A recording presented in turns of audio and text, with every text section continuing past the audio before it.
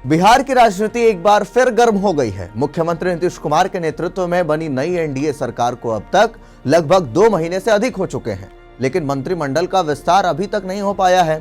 वर्तमान में कुल 26 मंत्रियों ने शपथ ली है, जबकि राज्य में मुख्यमंत्री सहित कुल 36 मंत्री बनाए जा सकते हैं। ऐसे में 9 मंत्री पद अब भी खाली है और इन्हीं पदों को लेकर राजनीतिक दलों के बीच समीकरण तेज हो गए हैं। ऐसे में आइए समझते हैं कि किन दलों की नजर किस पद पर है और विस्तार कब तक संभव है। नमस्कार, मेरा नाम आशीष और आज बात बिहार के मंत्रिमंडल विस्तार की।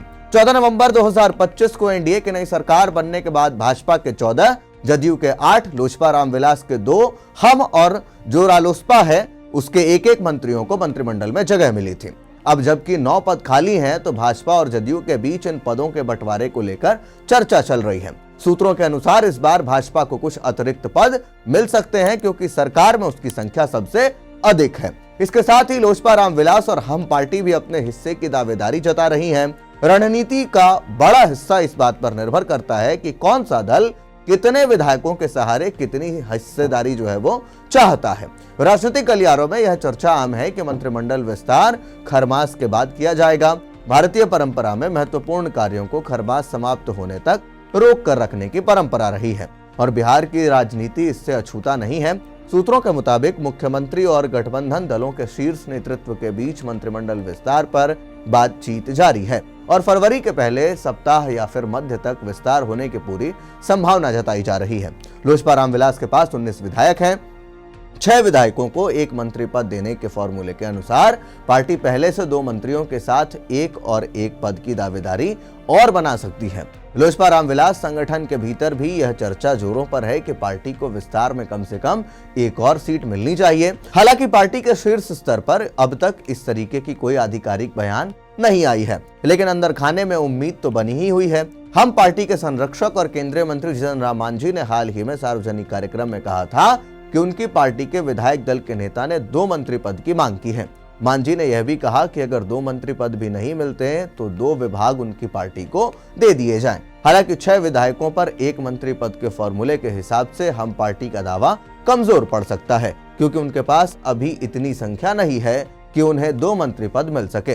भाजपा के 89 और जदयू के 85 विधायक जीतकर आए हैं। यह संख्या दोनों दलों को मंत्रिमंडल में अधिक हिस्सेदारी का सीधा आधार देती है।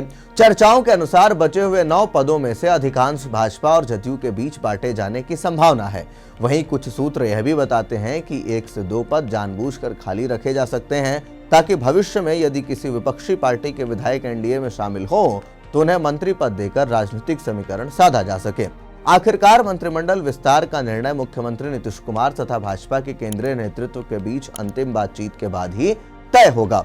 चूंकि सरकार स्थिर है और सीटों का गणित भी साफ है, इसलिए माना जा रहा है कि विस्तार में कोई बड़ी रुकावट नहीं आएगी।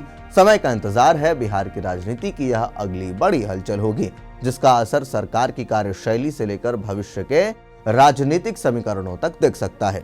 तो ऐसे में आप क्या कुछ सोचते हैं? ये जो 9 पद जो अतिरिक्त हैं, इस पर किस तरीके की बातचीत जो है वो बनती है और क्या लगता है कि लोजपा रामविलास से 1 और मंत्री पद की शपथ जो है वो दिलाई जा सकती है? इधर जितन राम मांझी भी परेशान है कि उनको भी कम से कम 1 मंत्री पद चाहिए या फिर 2 विभाग चाहिए। तो आपको क्या लगता है कि किसके खाते में कितनी सीटें जा रही हैं और आपको क्या लगता है कि खरमास के बाद मंत्रिमंडल विस्तार होगा?